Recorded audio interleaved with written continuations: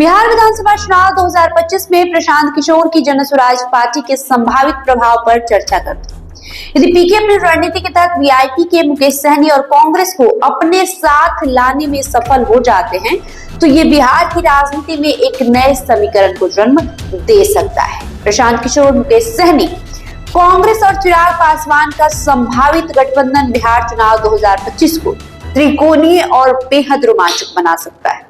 ये गठबंधन एनडीए और महागठबंधन के वोट बैंक में सिल लगा सकता है, खासकर दलित, मल्लाह, मुस्लिम और युवा मतदाताओं को लक्षित करके। हालांकि जातिगत वफादारी, संगठनात्मक कमजोरी और चिराग की एनडीए के प्रति वफादारी इस गठबंधन की राह में चुनौतियां हैं। अगर ये गठबंधन बनता है और पीके अपनी रणनीति को प्रभावी ढंग से लागू करते हैं तो जन स्वराज की सरकार बनने की संभावना फिर भी नहीं है, लेकिन ये एक किंग मेकर की भूमिका जरूर निभा सकता है। इस पर चर्चा करेंगे। मल्लाह यानी निषाद समुदाय के प्रभावशाली नेता हैं मुकेश सहनी। पहले एनडीए के साथ थे, लेकिन 2022 में भाजपा से रिश्ते तोड़कर महागठबंधन में शामिल हो गए। हालांकि उनकी पार्टी ने 2024 के लोकसभा चुनाव में कोई सीट नहीं जीता, लेकिन मल्लाह समुदाय जो कि लगभग 5 से 6% है, उनकी मजबूत पकड़ है। सहनी ने हाल ही में तेजस्वी यादव के साथ मंच साझा किया, लेकिन उनकी महत्वाकांक्षा और क्षेत्रीय प्रभाव उन्हें पीके के साथ गठबंधन की ओर आकर्षित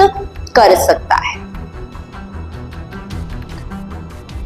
वही बता दें आपको, कांग्रेस महागठबंधन का हिस्सा है, बिहार में अपनी स्थिति मजबूत करने की कोशिश में है। हाल के दिनों में कुछ सोशल मीडिया पोस्टर्स में दावा किया गया है कि कांग्रेस राजद से गठबंधन तोड़कर जन स्वराज के साथ बिना शर्त गठबंधन कर सकता है। हालांकि ये दावा पुष्ट नहीं है, लेकिन कांग्रेस की कमजोर स्थिति उसे नए विकल्प तलाशने के लिए प्रेरित कर सकती है।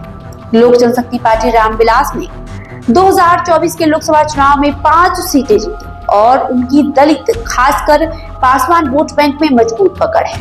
मंगलवार को ही पटना में लगे पोस्टरों जिसमें लिखा था दंगा फसाद ना बवाल चाहिए, बिहार का सीएम चिराग चाहिए, ने उनकी महत्वाकांक्षा को उजागर किया है। चिराग और पीके के बीच हालिया तारीफों की आदान प्रदान इस बात का संकेत है कि दोनों के बीच गठबंधन की संभावना तलाशी जा रही है।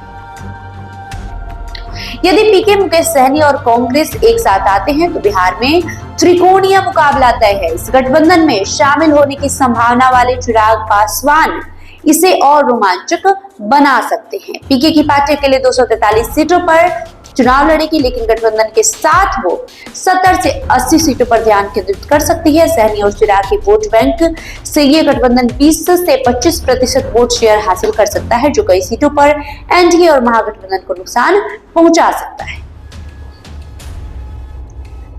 चिराग का एनडीए में रहना या जन स्वराज के साथ आना उनकी महत्वाकांक्षा पर निर्भर करता है। यदि नीतीश की सेहत या जदयू का प्रदर्शन कमजोर होता है तो चिराग पीके के साथ जा सकते हैं। हालांकि उनकी हालिया नीतीश से मुलाकात एनडीए में एकता का संकेत देता है। वही कांग्रेस के लिए राजद से अलग होना जोखिम भरा हो सकता है, क्योंकि यादव मुस्लिम वोट बैंक राजद के पास है। फिर भी पीके की युवा अपील और सहनी की क्षेत्रीय ताकत कांग्रेस को आकर्षित कर सकती है। आपको बता दें, बिहार में 57% मतदाता अपनी जाति को प्राथमिकता देते हैं और पीके की गैर जातिगत रणनीति को तोड़ना मुश्किल होगा। इसके अलावा जन स्वराज की संगठन अभी कमजोर है और उपचुनाव में 3 उम्मीदवारों के आपराधिक रिकॉर्ड ने उनकी स्वच्छ राजनीति की छवि को भी नुकसान पहुंचाया। पीके का लक्ष्य बिहार को नया विकल्प देना है। उनकी महत्वाकांक्षा एक ऐसी सरकार बनाने की है जो जातिगत राजनीति से परे हो। सहनी की महत्वाकांक्षा मल्लाह समुदाय को एकजुट कर राष्ट्रीय स्तर पर पहचान बनाने की है, तो चिराग की ताजपोशी की चाहत उन्हें जन स्वराज के साथ गठबंधन की ओर ले जा सकती है, खासकर अगर एनडीए में उनकी मांग पूरी नहीं होती है। कमजोर संगठन के बावजूद कांग्रेस बिहार में अपनी प्रासंगिकता बनाए रखना चाहती है। पीके की रणनीति उनके लिए नया अवसर हो सकता है। हालांकि देखना अहम होगा कि विधानसभा चुनाव के पहले बिहार में क्या सच में तीसरा मोर्चा बनता है, या फिर ये जो दोनों दल है अभी एनडीए और महागठबंधन, मुख्य मुकाबला जो है इन्हीं दलों के बीच होता है। आपको जो भी लगता है कमेंट बॉक्स में लिखकर हमें जरूर बताइए। बहुत बहुत शुक्रिया।